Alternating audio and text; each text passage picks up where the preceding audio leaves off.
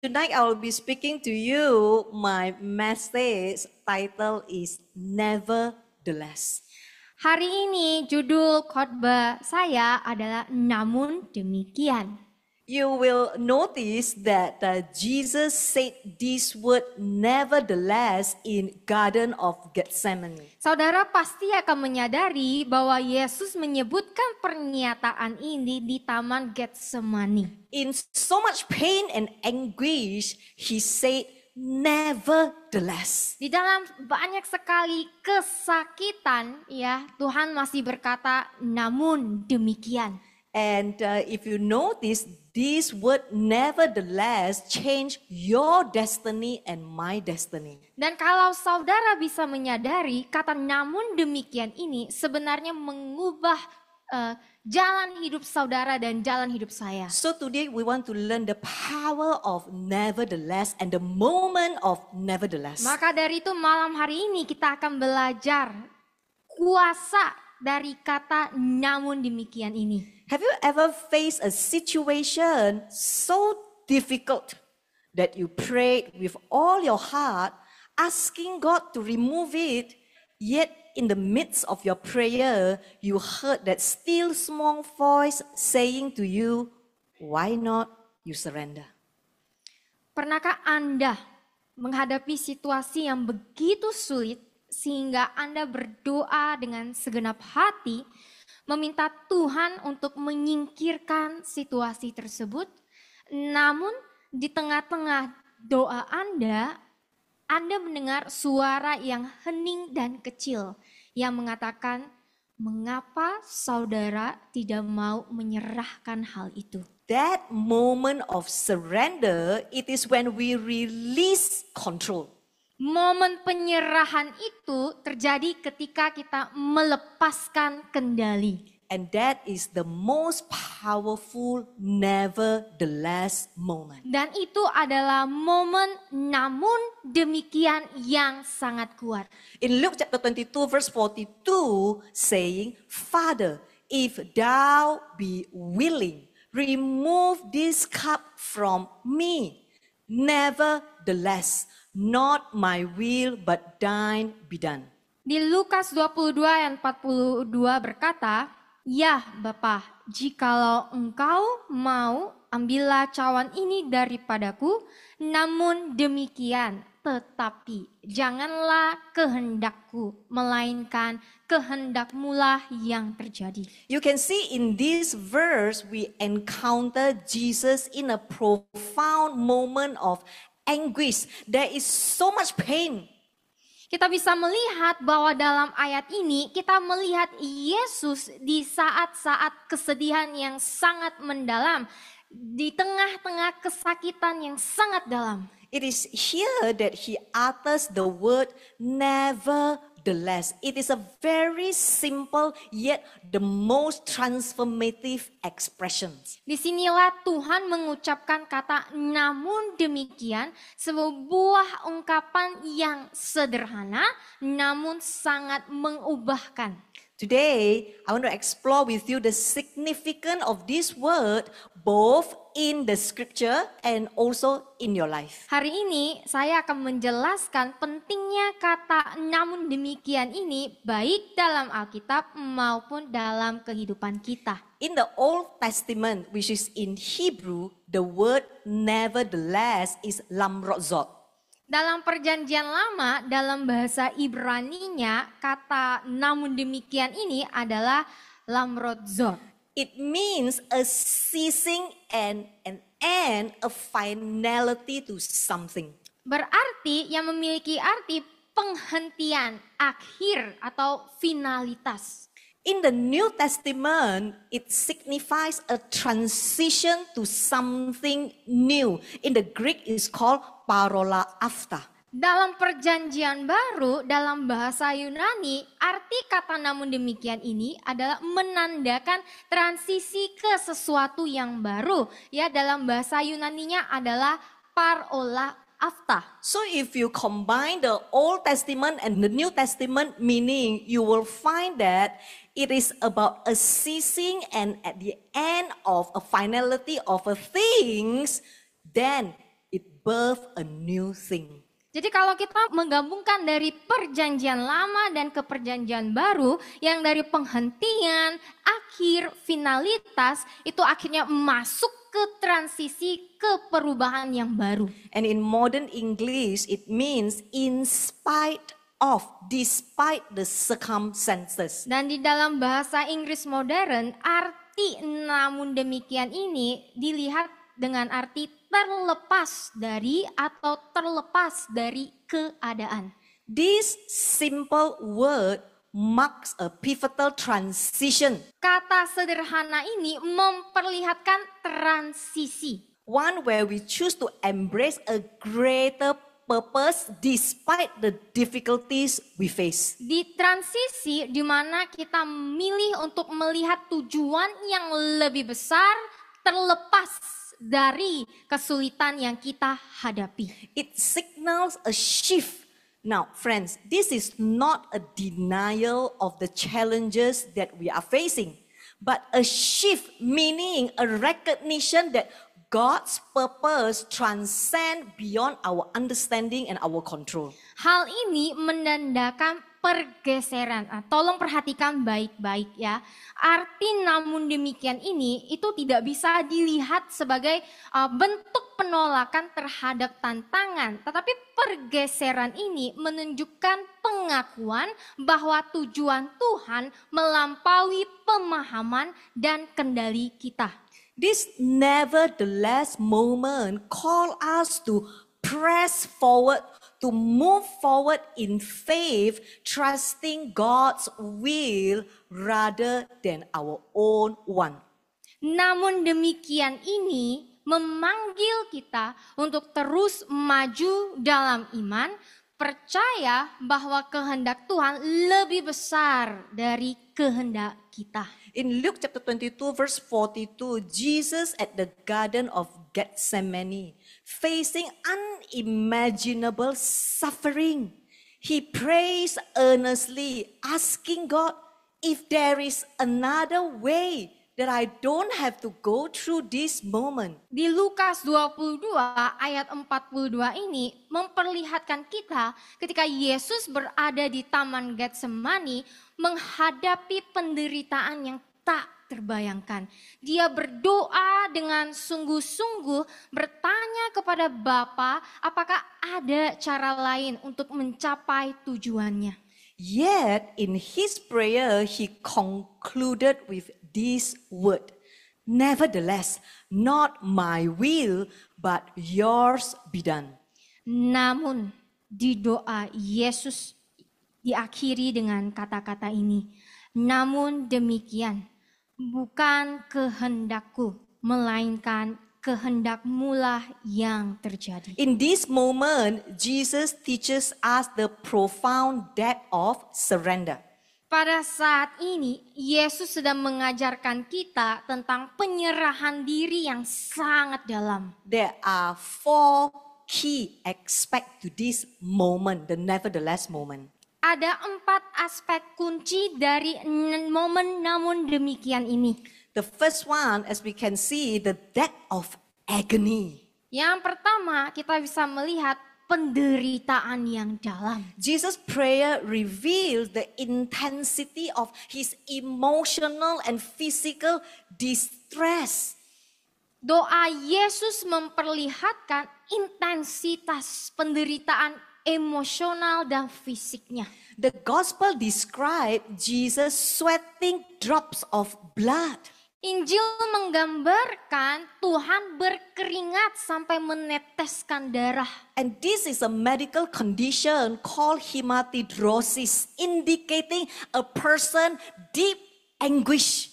Dan ini merupakan sebuah kondisi kesehatan yang dimana disebut sebagai hematidrosis yang menunjukkan penderitaan yang amat dalam yang Yesus alami. So you can see the stress is real, the pain is real, the fear is real, the anxiety is real too. Jadi saudara bisa melihat kesakitan yang Tuhan alami itu sungguh nyata. Kekhawatirannya sungguh nyata.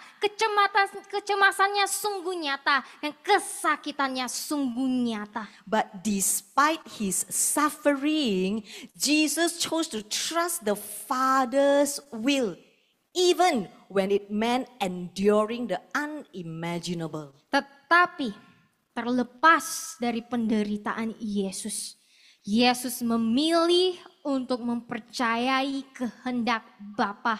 Bahkan ketika itu berarti menanggung hal yang tak terbayangkan.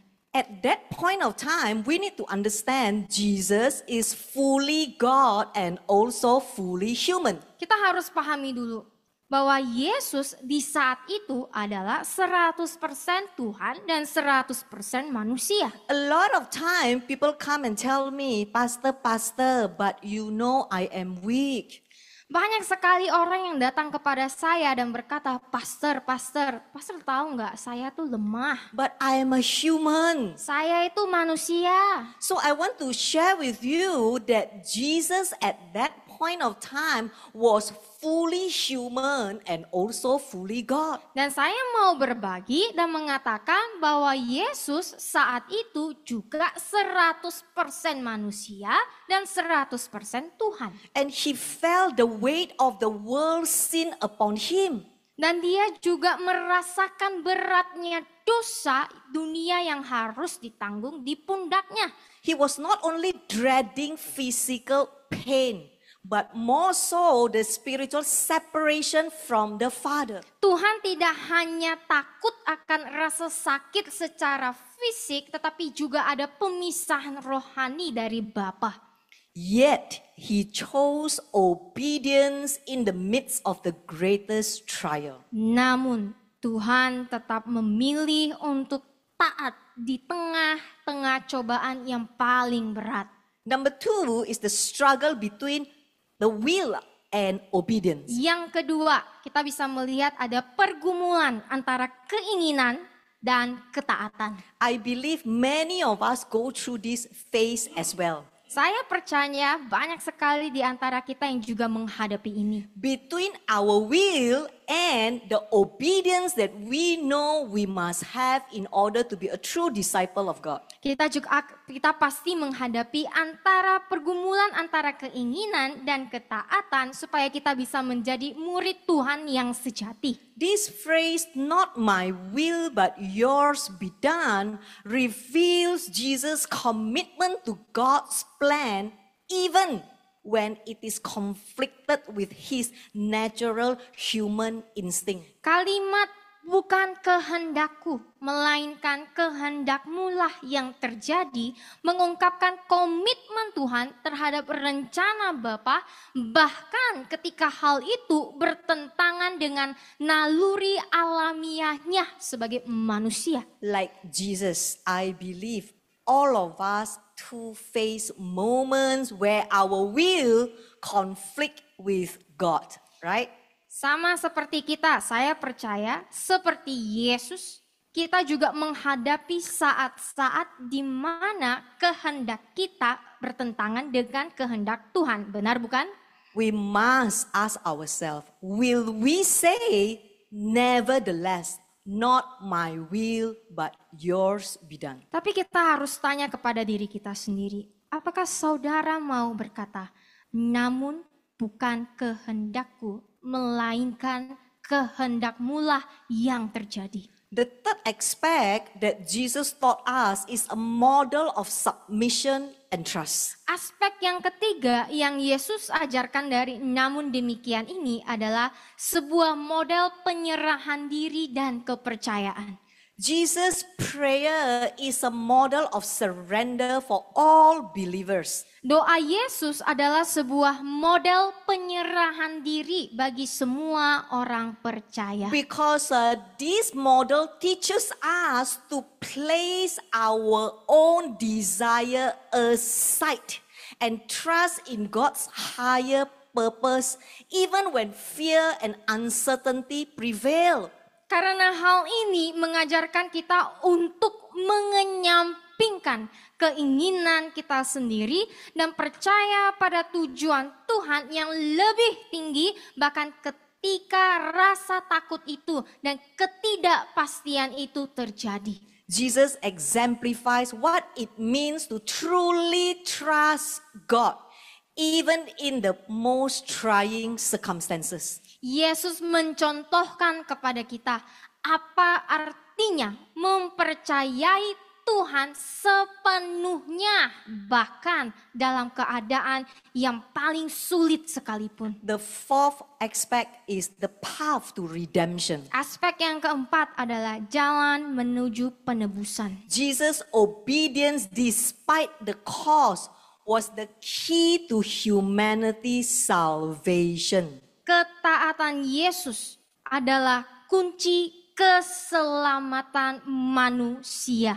Through his obedience, Jesus endured the cross, securing salvation for all who believe. Melalui ketaatan Yesus, Yesus menanggung salib, menjamin keselamatan bagi semua orang yang mau percaya. Yes, believe means trusting him fully and obeying his word. Ya, percaya itu artinya percaya kepada Tuhan sepenuhnya dan taat kepada firman-Nya. Friends, in this pivotal moment, we see Jesus' humanity and divinity in perfect harmony. Pada momen yang sangat penting ini, kita melihat sisi kemanusiaan dan keilahian Yesus dalam keselarasan yang sempurna. Listen to this carefully. His anguish is so real, but his obedience is unwavering. Dengarkan ini baik-baik. Penderitaan Yesus itu sangat nyata, tetapi ketaatan Yesus tak tergoyahkan. And this moment encapsulates the heart of the gospel. Momen ini merangkum inti dari Injil Firman. What is the heart of the gospel? Surrender, trust, and willing to sacrifice for higher calling, higher purpose. Apa inti dari Injil? Apa inti dari Firman? Dan itu adalah penyerahan diri, kepercayaan dan kesediaan untuk berkorban demi panggilan yang lebih tinggi dan tujuan yang lebih tinggi.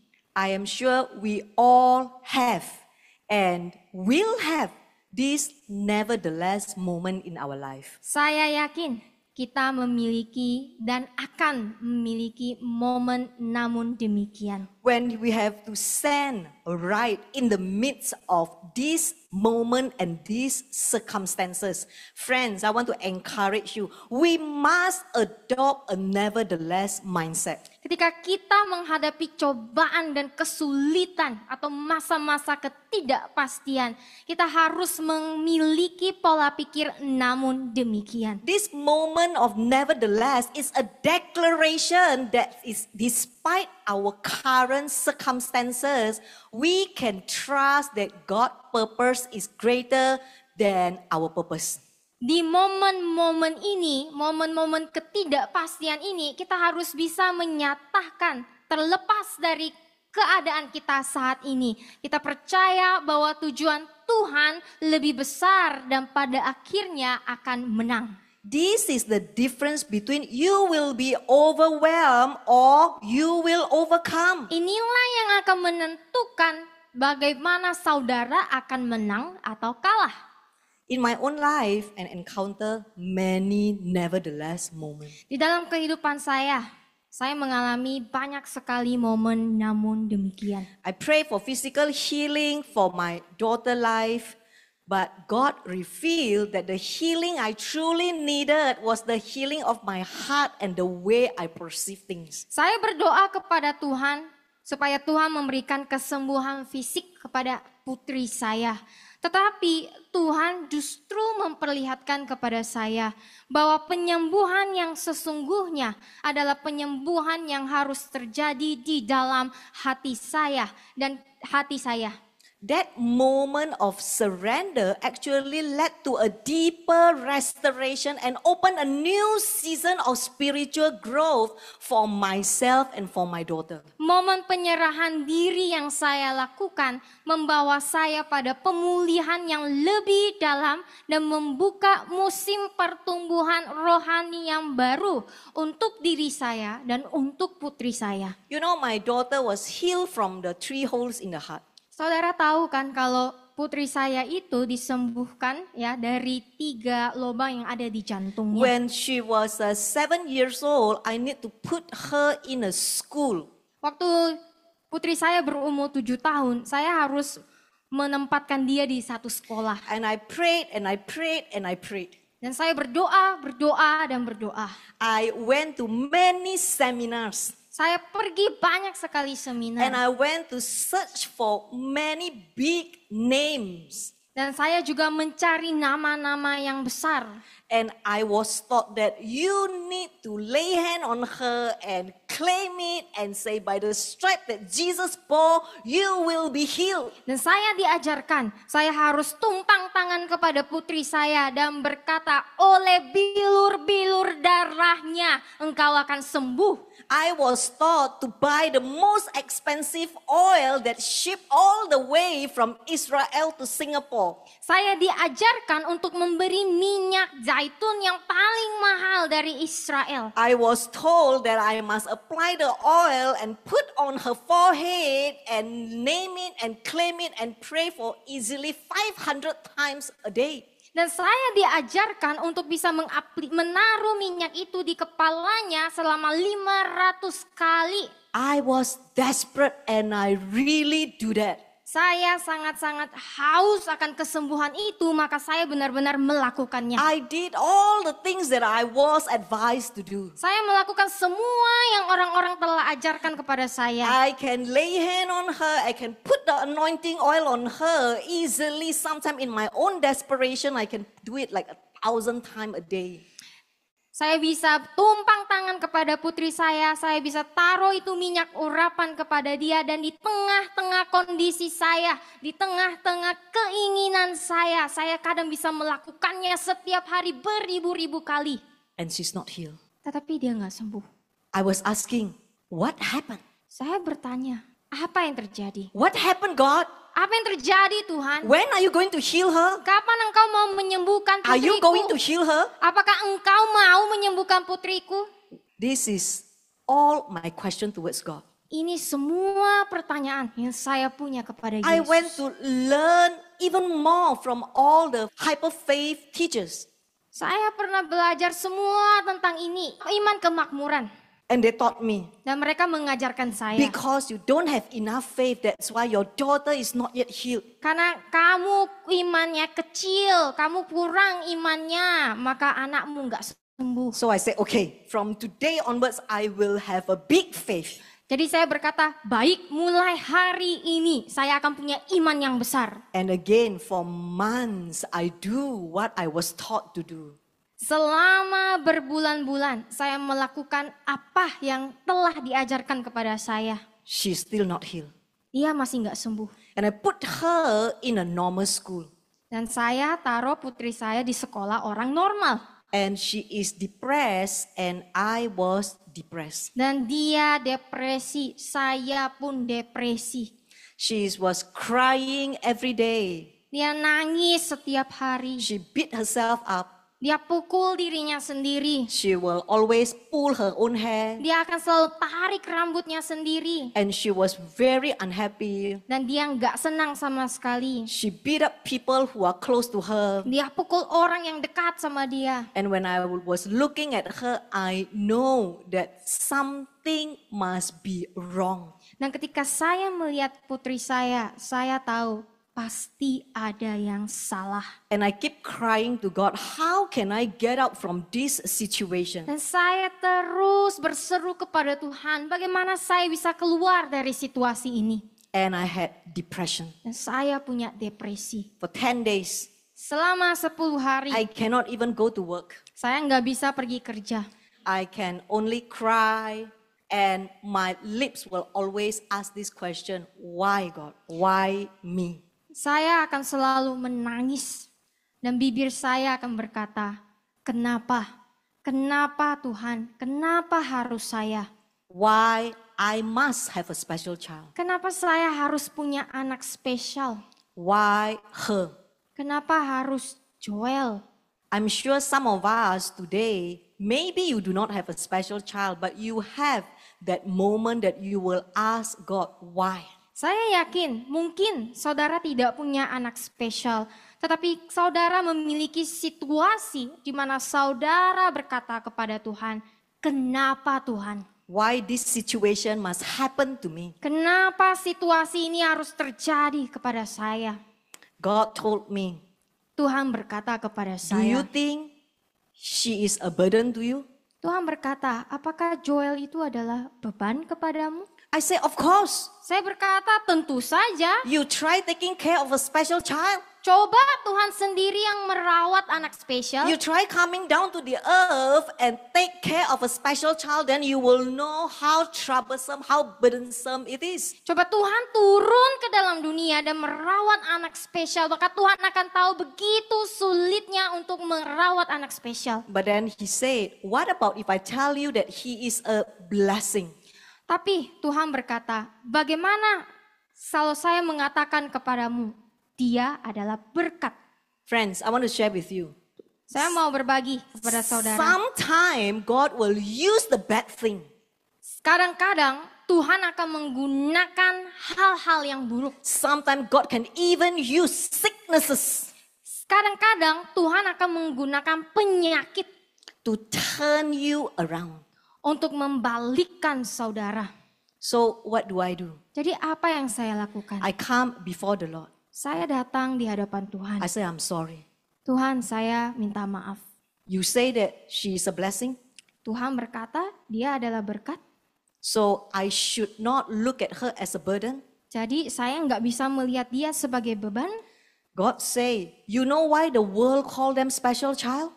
Tuhan berkata, apakah kamu tahu mengapa dunia memanggil mereka anak spesial? Because they were special in my sight. Karena mereka spesial di mataku. You know, friends, from that onwards, Dari momen itu, I never pray that God, you must heal Joel. saya tidak pernah berdoa kepada Tuhan bahwa Tuhan engkau harus menyembuhkan My Joel. prayer changed. Doa saya berubah. Nevertheless, Namun demikian, not my will, bukan kehendakku, but yours be done. melainkan kehendakmu. You see, friends, some people said to me, Saudara-saudara, beberapa orang berkata kepada saya, meaning you are no longer pray for Joel healing? apakah berarti kamu gak pernah mendoakan kesembuhan Joel? Do you think it's fair that you deprive her from the healing that God perhaps want to give her? Apakah adil bagi kamu untuk melarang kesembuhan yang mungkin Tuhan mau kasih ke Joel? What if God want to heal her, but because your prayer hinder the will of God? Bagaimana kalau Tuhan mau sembuhkan Joel, tetapi gara-gara doamu, kamu menghentikan kesembuhan itu? Friends, this is the greatest disillusion of Christianity and Christian teaching. Saudara-saudari yang terkasih di dalam Tuhan, ini adalah pengajaran sesat dibuat orang Kristen. Many Christians are taught to increase their faith so that they can move mountains. Banyak sekali orang Kristen yang diajarkan untuk menaikkan iman mereka sehingga mereka mampu untuk mempindahkan gunung. In reality, I'm able to overcome not because I have more faith than others, Di dalam kehidupan nyata, saya bisa menang bukan karena saya memiliki iman yang lebih besar daripada orang lain. in reality, I'm able to overcome when I'm willing to say, nevertheless, not my will, but yours be done. Pada kenyataannya, saya bisa menang karena saya mau dengan sukarela berkata, namun demikian, biarlah kehendakmu yang terjadi. I just want to encourage some of you who have a special child. Saya hanya ingin menguatkan saudara-saudari yang punya anak spesial. Stop struggling with God. Berhenti untuk bergumul dengan Tuhan. Start learning to say this. Belajar untuk berkata ini. I accept my portion. Saya menerima porsi saya. Nevertheless, not my will, but yours be done. Namun demikian, bukan kehendakku, melainkan kehendakmu yang terjadi. Today, although Joel is still special child, Hari ini, walaupun Joel masih anak spesial, she is able to function well, she is able to work. Joel bisa beraktivitas secara normal, Joel bisa bekerja. And most important is she loved Jesus. Dan yang paling penting, Joel mengasihi Yesus. And I want to give all glory unto God. Dan saya mau memberikan semua kemuliaan kepada Tuhan. Friends, I want to share with you this. Saya mau berbagi kepada saudara ini. Your nevertheless moment Momen namun demikian saudara can change your own destiny bisa merubah jalan hidup saudara. and the destiny of your next generation. Dan bisa mengubah jalan hidup generasi penerus saudara. Your insistent disobedience Ketidaktaatan saudara itu can destroy your life. yang akan merusak hidup saudara. So does it destroy the next generation. Karena itu, ketidaktaatan saudara juga akan merusak, menghancurkan generasi penerus saudara. Ephesians chapter 2 verse 1 to 3. Efesus 2 ayat 1 sampai 3. And you he made alive when you were dead, slain by your trespasses and sins, in which at one time you walked habitually, following the course and fashion of this world. Among these, we as well as you once lived in the passions of our flesh, obeying the impulses of the flesh and the thoughts of the mind. We were once dead in our sin, walking according to the world's way. But God, in His mercy, made us alive in Christ. Efesus 2 ayat 1 sampai 3 berkata, dan kamu yang telah dihidupkannya, ketika kamu telah mati, dibunuh oleh pelanggaran-pelanggaran dan dosa-dosamu. Kamu di mana kamu dahulu hidup terbiasa mengikuti jalan dan cara hidup dunia ini. Di antara kamu, kami pun pernah hidup di dalam hawa nafsu kedagingan kita, menuruti keinginan-keinginan dan pikiran-pikiran daging kita. Kita pernah mati dalam dosa kita, berjalan menurut cara-cara dunia. Tetapi Tuhan dalam kasih karunia-Nya telah menghidupkan kita kembali di dalam Kristus. This passage illustrates the profound transition that occurs when we accept God's will, we move from death to life. Ayat ini menggambarkan transisi yang dalam yang terjadi ketika kita menerima kehendak Tuhan di dalam hidup kita. Kita berpindah dari kematian ke kehidupan. Can you see this? This has got to do with your salvation, where you move from death to life. Bisakah saudara melihat ini? Ini berhubungan loh dengan keselamatan saudara, di mana saudara berpindah dari kematian ke kehidupan. It is not as simple as just using your lips to say that I receive Jesus. Tidak sesederhana itu saudara, ketika saudara menggunakan bibir saudara berkata, aku menerima Yesus. That's why if you study Romans 10, 9 to 11, Romans 10 to 9, it says, because if you acknowledge and confess with your lips that Jesus is Lord and in your heart believe. Okay, take a look at this. Believe means adheres to, trust in, and rely on the truth that God raised him from the dead, you will be safe. Mari kita lihat, kita bisa belajar dari Roma 10 ayat 9 sampai 11. Roma 9 berkata, sebab jika kamu mengaku dengan mulutmu bahwa Yesus adalah Tuhan dan percaya, perhatikan baik-baik kata percaya ini. Percaya artinya taat, yakin, dan bersandar pada kebenaran bahwa Tuhan telah membangkitkan dia dari antara orang mati, maka kamu akan diselamatkan. In your Alkitab, Di dalam Alkitab saudara, I know it is not complete. saya tahu itu tidak lengkap. That's why many people think that, oh, okay, I just confess with my lips and believe in my heart, and that's it, I am safe.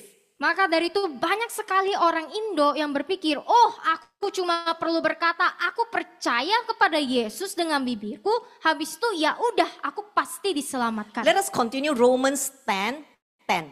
Mari kita lanjut di Roma 10 ayat 10. Because after Romans 10:9, there is a continuation, Romans 10:10. Karena setelah ayat 9 ada kelanjutannya di ayat 10. It is repeated once again. It says, for with the heart a person believes again, it is repeated, adheres to, trusts in and relies on Christ. So is justified, declared righteous, acceptable to God, and with the mouth he confesses, declares openly and speaks out freely his faith and confirms his salvation. Kita akan melihat pengulangan sekali lagi yang tertulis di ayat 10. Sebab dengan hati orang percaya, sekali lagi dijelaskan. Percaya itu artinya taat, yakin, dan bersandar pada Kristus. Dan dengan demikian ia dibenarkan, dinyatakan benar, berkenan kepada Tuhan. Dan dengan mulut ia mengaku, menyatakan dengan terbuka dan dengan bebas mengucapkan imannya. Dan dengan demikian ia memperoleh keselamatan. So you can see that if you study this AMPC version, it says that only if you adhere to, only if you trust in, only you relies on Christ, you will be declared righteous, acceptable to God. It's not just merely lip service, just believe. Jadi kalau saudara mempelajari versi AMPC, kita telah diajarkan bahwa percaya itu artinya taat, artinya yakin, artinya bersandar penuh kepada Tuhan. Percaya itu bukan hanya sekedar pernyataan atau pengakuan dari bibir kita saja. And friends, there is a continuation of Romans 10:10 to Romans 10:11, and it is repeated one more time. The scripture say, no man who believe in him. It is repeated, who adheres to, who relies on, and who trusts in him will ever be put to shame or be disappointed. Kita akan melihat kelanjutannya lagi di ayat 11. Firman Tuhan berkata, tidak ada seorang pun yang percaya kepadanya. Sekali lagi, diulangi sekali lagi. Percaya artinya yang taat, bersandar dan percaya di dalam dia akan dipermalukan atau dikecewakan. So friends, obeying and trusting equals to believe. This must take place in your life before you can be moved from death to life. Taat dan percaya artinya kepercayaan itu harus terjadi sebelum saya berpindah dari kematian ke kehidupan. Nevertheless, moment in your life must take place. Not my will, but yours be done. Then from death to life, that transition can take place. Momen namun demikian ini mengajarkan kita, namun demikian bukan kehendakku, melainkan kehendakmu lah yang terjadi. Ketika kita sanggup melakukan itu, maka kematian, kehidupan baru bisa terjadi. You know, when Pastor Jason was in the hospital, we both met Jesus. Saudara-saudari harus tahu, ketika saya dan Pastor Jason di rumah sakit, kita berdua ketemu Yesus. When Jesus came to heal him, at that point of time, in my testimony, a lot of people, after hearing my sharing, they always come to me and say, Pastor, how do you feel when you see Jesus? Ketika saya memberitakan kesaksian saya kepada banyak orang bahwa saya ketemu Yesus di rumah sakit, Banyak sekali orang yang bertanya kepada saya, Pastor Judith, bagaimana sih rasanya bertemu dengan Yesus? What do you see? How do you feel? Apa yang kamu lihat? Apa yang kamu rasakan? You know, at that point of time, with my lips, I confess that I am a true believer. Waktu itu dengan percaya diri, saya berkata, mengakui dengan bibir saya, aku percaya At Yesus. that point of time, with my lips, I confess that I am a good Christian. Waktu itu dengan bibir saya mengakui bahwa saya adalah orang Kristen yang baik.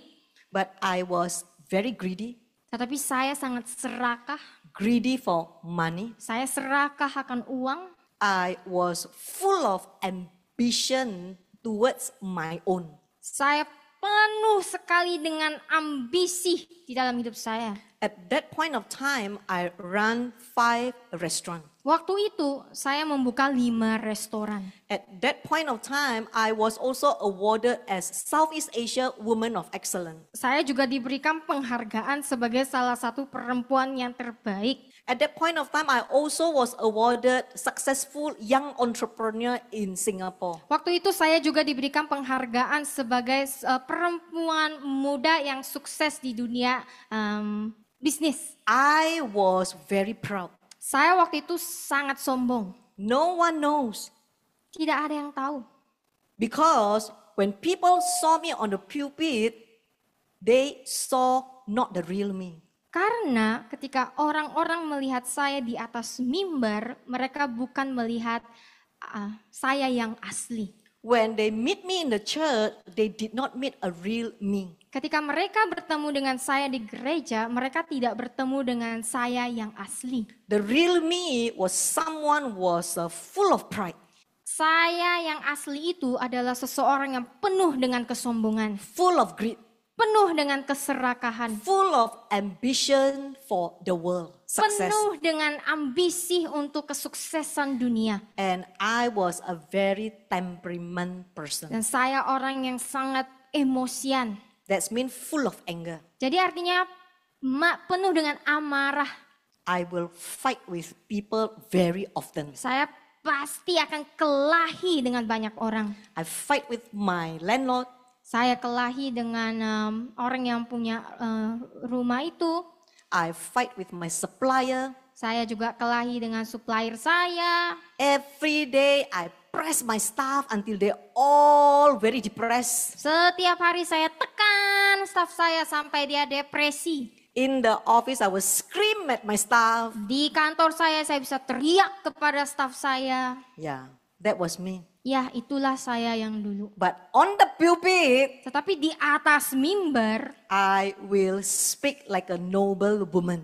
saya akan berbicara seperti orang dengan yang berbangsawan tinggi. And thinking that I'm a believer, surely I will enter heaven. Dan saya waktu itu percaya, karena saya sudah percaya Yesus, saya pasti akan masuk surga. We had 5 restaurants and feeding 1,500 children just on our own. Don't have any friends or members with us at that point of time. Only 2 of us with the business. Waktu itu kita punya 5 restoran dan mampu memberi makan 1.500 anak. Dari penghasilan restoran tersebut, hanya kita berdua, tidak ada bantuan pertolongan dari siapa-siapa. I told God, give me another 5 so I will have 10. And when I have 10, I will make sure that I will feed 3,000 children. Saya berkata kepada Tuhan, beri saya 5 lagi. Kalau saya ada 5, jadi 10, saya bisa kasih 3.000 anak untuk makan. And the Lord through Pastor Jason told me, close all your restaurant. Tetapi Tuhan berkata kepada Pastor Jason, tutup semua restoran itu. I look at him and I said, I think you must be mad. Saya lihat Pastor Jason dan saya berkata, kamu pasti sudah gila. Because what will I say to people that I close my restaurant? I need to defend your name, God, because I'm Christian. I must do well. I must be big. My church must be big. My business must be big. Everything must be big. Karena kalau saya menutup semua restorannya, apa yang saya bisa katakan kepada orang? Saya harus membela namamu kan Tuhan, punya pelayanan yang besar, punya restoran yang banyak, semuanya harus besar. Sometimes we do think, right? We need to be good, so hebat, so that we can defend God. Kadang kita berpikir bahwa kita harus menjadi orang yang hebat sehingga kita bisa membela Tuhan. But God say, read your Bible carefully. Since when I needed you to defend me? Tetapi Tuhan berkata, baca Alkitabmu. Sejak kapan aku bilang kamu harus membela namaku? Read from the Old Testament to the New Testament to Revelation. You will never find even one passage that I needed you to defend me. Baca dari perjanjian lama sampai perjanjian baru di kitab Wahyu, kamu tidak akan melihat satu kata pun yang berkata, aku membutuhkanmu untuk membela namaku. I need you to obey me. Aku hanya perlu engkau taat kepadaku. Tell the one next to you. Katakan di sebelah saudara. Hello. Hello. Obey. Taat.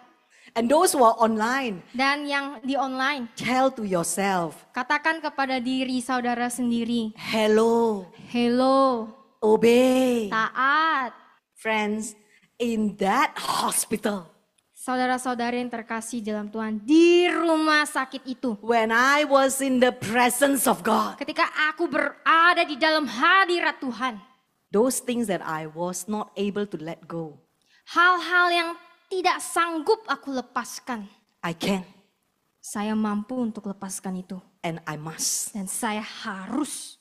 If you think you are in the presence of God.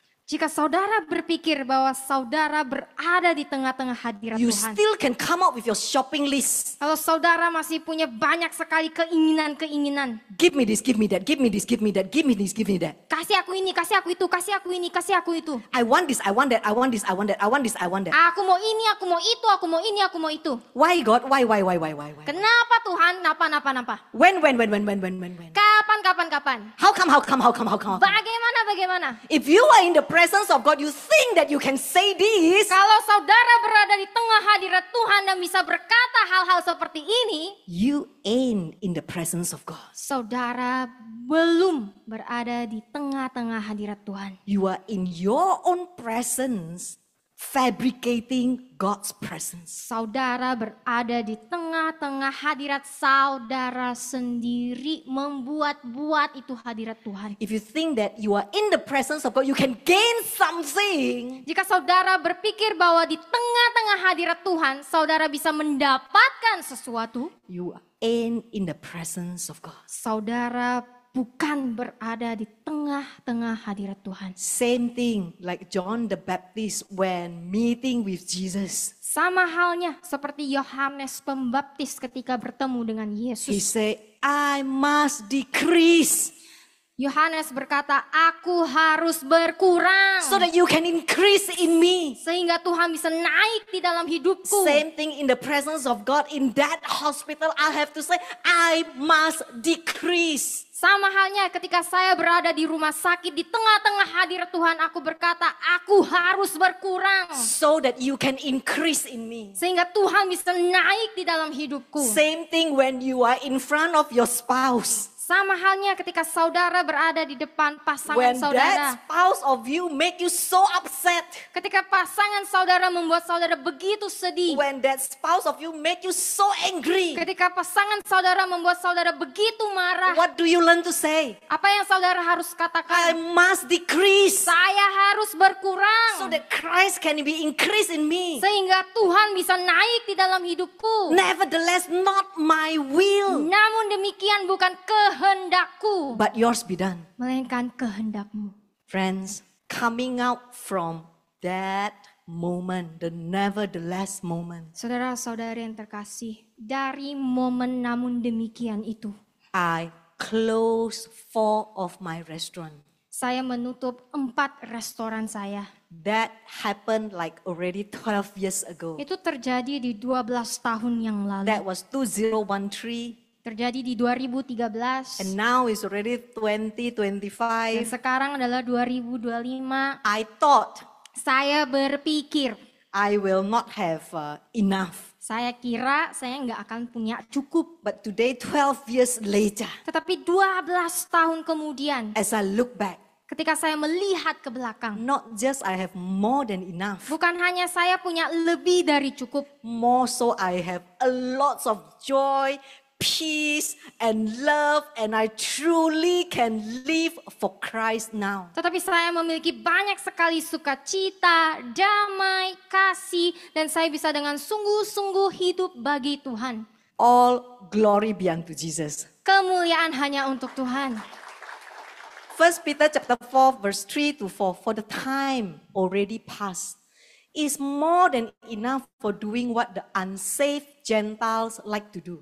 Living unrestrained as you have done in the course of shameless sensuality, lust, drunkenness, carousing, drinking parties, and wanton idolatries. In connection with these, the unbeliever are resentful and surprised that you do not think like them, value their values, and run hand in hand with them into the same excesses of dissipation and immoral freedom. And they criticize and abuse and ridicule you and make fun of your values. 1 Petrus 4:3-4 berkata, karena waktu yang telah berlalu sudah lebih dari cukup untuk melakukan apa yang sudah dilakukan oleh bangsa-bangsa lain yang belum diselamatkan. Hidup tidak terkendali seperti yang telah kamu lakukan. Dalam kehidupan yang tidak tahu malu, yang penuh dengan hawa nafsu, kemabukan, pesta pora, pesta minum-minum, dan penyembahan berhala yang sembrono. Dalam hubungan dengan semua ini, mereka orang-orang yang tidak percaya, kesal dan terkejut karena kamu tidak berpikir seperti mereka, menghargai nilai-nilai mereka, dan berjalan bergandengan tangan dengan mereka ke dalam ekses-ekses pemborosan dan kebebasan yang tidak bermoral yang sama, dan mereka mengkritik dan melecehkan serta mengolok-ngolok kamu nilai hidupmu. Peter calls believers to abandon their old ways, saying that the time spent living for self has already sufficed. Petrus memanggil orang-orang percaya untuk meninggalkan kehidupan lama mereka dengan mengatakan bahwa waktu yang dihabiskan untuk hidup bagi diri sendiri itu sudah cukup. Our nevertheless moment can only come when we leave behind our old self and begin to step into the new life God has called us to do. Momen namun demikian kita baru bisa datang ketika kita meninggalkan diri kita yang lama dan masuk ke dalam kehidupan baru yang telah Tuhan panggil. This is a transition from walking governed by your flesh to walking governed by the Spirit. Ini adalah transisi dari kehidupan di mana saudara dulunya dituntun oleh keinginan daging saudara menuju ke transisi yang dituntun oleh Roh Kudus. This is the transition from a life that you control by yourself and a life that is controlled by God. Ini adalah transisi kehidupan di mana saudara mengontrol kehidupan saudara sendiri dan sekarang kehidupan saudara dikontrol oleh Tuhan. And friends, you know, if you control your own life, you have to bear the consequences of your disobedience. Saudara-saudara yang terkasih, saudara tahukah ketika saudara lebih memilih untuk dikontrol oleh hidup saudara sendiri, saudara harus menanggung konsekuensi atas keputusan-keputusan yang saudara ambil. This is the transition from living for your own purpose, bearing your own depression, to living for God's purpose. Ini adalah transisi hidup di mana kita sendiri memilih untuk menjalani kehidupan sesuai dengan tujuan kita sendiri yang penuh dengan depresi menuju ke kehidupan yang sesuai dengan kehendak dan tujuan Tuhan. This is how you conquer, this is how you overcome, and this is how you become victorious. Ini adalah cara bagaimana Anda bisa melewati itu. Bagaimana Anda bisa mengatasi situasi tersebut dan bagaimana Anda bisa menjadi pemenang. The moment where you face with your own fear, your own pain, your own sicknesses perhaps, your own challenges perhaps. Momen ketika saudara dihadapkan dengan ketakutan saudara, kesakitan saudara, tantangan hidup saudara. You learn to say nevertheless. Saudara akan belajar berkata, namun demikian. Not my will, Bukan kehendakku, but yours be done. melainkan kehendakmu lah yang terjadi. I want to close with this story. Saya mau tutup dengan cerita ini. My journey from living for myself to living for God's purpose. Perjalanan saya dari hidup untuk diri saya sendiri, menjalani kehidupan yang sesuai dengan tujuan Tuhan. I always like baby. Saya selalu suka anak-anak. The minute that I got married with Pastor Jason, I dare not to have a baby because Pastor Jason still have to get to know Joel, get to know how to become a father, get to know how to become a husband. That's why we planned that 2 years into the marriage, then we have our own children. Ketika saya setelah menikah dengan Pastor Jason, ya, saya belum berani untuk memiliki anak karena saya berpikir bahwa Pastor Jason harus mengenal lebih dalam dulu kepada Joel, ya, menjadi seorang bapak dulu terhadap Joel. Maka dari itu kita putuskan 2 tahun setelah menikah baru kita berencana untuk punya anak. So 2 years later, before I can plan for a baby, he got cancer. Tetapi 2 tahun setelah itu, sebelum kita berencana untuk punya anak, Pastor Jason punya kanker. So we have to put that plan to have baby aside. Jadi rencana untuk punya anak itu ditunda. I even have the name of that baby boy. Bahkan saya punya nama untuk anak laki-laki itu. The name must be Joshua. Namanya harus Yosua. Do you know why Joshua? Kenapa harus Yosua? Because he and his household will serve God. Karena Yosua dan seluruh keluarganya akan melayani Tuhan. I have made all plans. Saya sudah membuat semua rencana. He will inherit all our wealth. Dia akan mewarisi semua kekayaan kita. His name will be in all our insurance policies. Namanya akan ada di semua asuransi kita. He will inherit our business. Dia akan mewarisi bisnis kita. He will inherit, our ministry. Ia akan mewarisi pelayanan kita. Every time when I go to a baby department, I will look at all the baby stuff, and immediately when I see a name Joshua, I will buy it. Jadi setiap kali saya masuk ke toko perlengkapan bayi, saya akan melihat, terus kalau ada yang namanya Yosua, saya pasti beli. So along the way, we collected a lot of Joshua baby stuff. Jadi selama perjalanan hidup itu, saya mengoleksi banyak sekali barang-barang untuk anak Yosua. We have those that, this is Joshua room, Kayak ada tanda di pintu itu, ini ruangan Yosua. So 10 years battling cancer, finally God healed Pastor Jason, right? 10 tahun melewati kanker, akhirnya Tuhan Yesus menyembuhkan Pastor Jason. So I was at that point of time around 42 years old. Jadi waktu itu saya berumur 42 tahun. So I was thinking, 42 years old is not too late. Jadi saya pikir, baru 42 tahun, masih bisa I lah. can make Joshua now. Saya bisa punya bayi Yosua sekarang. So we work very hard. Jadi kita bekerja dengan sangat keras. We work very hard for 1 full year. Jadi kita bekerja dengan keras selama 1 tahun penuh. But Joshua never come. Tapi bayi Yosua nggak pernah ada. So what do I do? Jadi apa yang saya lakukan? You know business people, Kalian tahu orang bisnis, our mind work very fast. otak kita tuh jalannya cepat. And that's very dangerous. Dan itu sebenarnya bahaya. We are overly creative. Kita terlalu kreatif. We make things happen. Kita akan membuat hal itu terjadi. That is also very dangerous. Itu juga bahaya sekali. That was me. Itulah saya. Somebody gave me this IVF paper, a form. Seseorang kasih saya ini kertas IVF. Go and apply IVF. Jadi dia bilang, ayolah coba kamu daftarin IVF ini. Government subsidize 50%. Pemerintah tanggung 50% loh. So you only pay 50%. Jadi kamu hanya bayar I 50%. say, sounds good. Saya bilang, kedengarannya bagus. I can have my Joshua boy Saya bisa punya anak saya, Yosua, with only pay 50%. dengan hanya bayar 50%. Good deal. Deal yang baik. I opened the form and I wanted to fill up my name. Saya buka kertas pendaftaran itu, terus saya mau isi nama saya. And I hear the voice of God. Dan saya mendengar suara Tuhan. And he said, Dan dia berkata, what about the one that I gave you is not Joshua boy? bagaimana jika anak yang saya kasih ke kamu itu bukanlah bayi Yosua?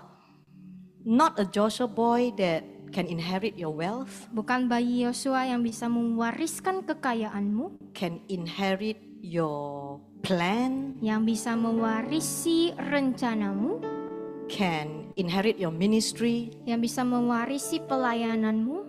What if I want to give you someone else, Bagaimana kalau saya kasih kamu orang lain, but this person cannot inherit anything, tapi orang ini gak bisa mewarisi apapun, but you have to take care of her for the rest of your life? tapi kamu harus merawat dia sampai akhir hidupmu.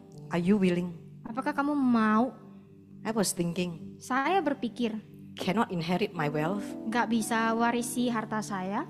I have to take care for the rest of my life. Saya harus merawat dia sampai akhir hidup saya. Meaning somebody like Joel. Artinya seseorang yang seperti Joel. I say, God, Saya berkata, Tuhan, but I ask for Joshua. tapi saya mintanya Yosua. God say, I know. Tuhan berkata, You saya can tahu have your Joshua. kamu bisa punya Yosuamu. You can, Kamu bisa if you want. kalau kamu mau. But that's not what I want. Tetapi itu bukan apa yang aku mau. What I want Apa yang aku mau, to give you yang mau kuberikan kepadamu, is joy. itu adalah joy. Are you willing? Apakah kamu mau? Friends, I'm not saying that IVF is wrong. Saudara-saudara yang terkasih, saya tidak bilang IVF itu salah. I'm saying this is my situation. Saya cuma mau menjelaskan ini situasi hidup saya. I look at that form Saya lihat formulir itu and I close the form dan saya tutup formulir itu. and I said to God, Dan saya berkata kepada Tuhan, you know, the day that I received Jesus Christ, Tuhan, Engkau tahu hari di mana aku menerima Engkau sebagai Yesus. I make a decisive decision. Saya telah membuat keputusan yang tegas. I live to obey you. Saya hidup untuk taat kepadamu. If you say it's not from you, Kalau Tuhan berkata itu bukan darimu, even if it is good, bahkan ketika itu baik, I don't want it. saya nggak mau itu. I close the form, Saya tutup formulir itu, I open my drawer, saya buka laci saya, I put the form in the drawer, saya taruh formulir itu di laci itu. I talk to Pastor Jason, Saya berkata ke Pastor Jason, we collect all those babies' name, we have glove, we have the hat, we have so many things. ya jadi kita mengambil semua, mengumpulkan semua ya barang-barang bayi itu, ada sarung tangan, ada topi. We keep it in a plastic bag Kita taruh di plastik, and we put it in a storeroom. terus kita taruh di gudang. I come before the Lord. Saya datang kepada Tuhan. I long to have a baby on my own, Saya pengen punya bayi dari daging saya sendiri. to a point that I can smell, you know, itu minyak kayu putih sama baby powder. Saya pengen banget sampai saya itu bisa cium itu minyak kayu putih. I can smell it in my conscious. Saya bisa mencium aroma itu di kesadaran saya. Imagining holding the small little finger Saya around my finger. Saya berimajinasi, saya bisa pegang jari-jari kecil itu dan jari-jari kecil itu bisa pegang tangan saya. But I have to come before the Lord Tetapi saya harus datang di hadapan Tuhan and say, if you are willing, God, dan berkata, Tuhan, jikalau memang ini kehendak-Mu, can you remove this cup from me. Biarlah Engkau mengambil cawan ini dariku. Nevertheless, Namun demikian, not my will, bukan kehendakku, but yours be done. melainkan kehendak-Mu lah yang terjadi. So I came to Jakarta, Jadi saya datang ke Jakarta. and all of you who are members already know, Saudara-saudari yang member RGM sudah tahu, we adopted Joy, ya kita adopsi Joy. and little that we know Tanpa kita ketahui, that Joy become the joy of having next generation in Singapore, in Indonesia, in Philippines, in Malaysia, in Australia, and the latest one even in Taiwan. tanpa kita ketahui, Joy telah telah menjadi sukacita dalam bentuk generasi penerus yang ada di Singapura, Indonesia, Filipina, Australia, dan juga di Taiwan. And today, Pastor Jason and myself, we disciple many next generation that brings so much joy in our life. We have so many goddaughters, godson, spiritual son, spiritual daughter in the different parts of the world. Dan hari ini saya dan Pastor Jason memuridkan banyak sekali generasi penerus. Kita memiliki banyak sekali anak-anak rohani dari berbagai daerah, berbagai negara. Friends, when we embrace God's will and surrender our own will, we experience the resurrection power of God in our life. Ketika kita menerima kehendak Tuhan dan menyerahkan kehendak kita kepada Tuhan, baru di saat itu juga kita bisa mengalami kuasa kebangkitan di dalam hidup kita. What seems like an end to a situation, a hopelessness, become the beginning of something greater. Apa yang terlihat seperti sebuah akhir, sesuatu yang tidak ada harapan, ternyata merupakan dari awal dari sesuatu yang besar. Jesus nevertheless moment led to his death, yes, but also his resurrection. Momen namun demikian Yesus mengarah pada kematian Yesus. Tetapi momen namun demikian tersebut juga yang membuat kebangkitan Tuhan itu terjadi. And today, that resurrection power is available to you, is available to me. When we choose to surrender and say, nevertheless, not my will, but yours be done. Dan hari ini kuasa kebangkitan itu bisa menjadi milik kita ketika kita berani dan mau mengatakan, namun demikian bukan kehendakku, melainkan kehendak-Mu lah yang terjadi. What is your nevertheless moment today? Apa momen namun demikian saudara? What are area of your life that you want to surrender to God so that God can take it and turn into something new, something wonderful in you and through you? Di area mana dalam hidup saudara yang saudara mau Tuhan memanggil untuk berserah sehingga Dia dapat melakukan sesuatu yang luar biasa di dalam hidup saudara dan melalui saudara? Will you surrender tonight? Apakah saudara mau berserah penuh hari ini? And give this cup to God, saying, from today onwards, God, not my will, but yours be done. Maukah saudara menyerahkan cawan ini dan berkata, namun demikian bukan kehendakku, melainkan kehendak-Mu lah yang terjadi. Let us pray. Mari kita berdoa.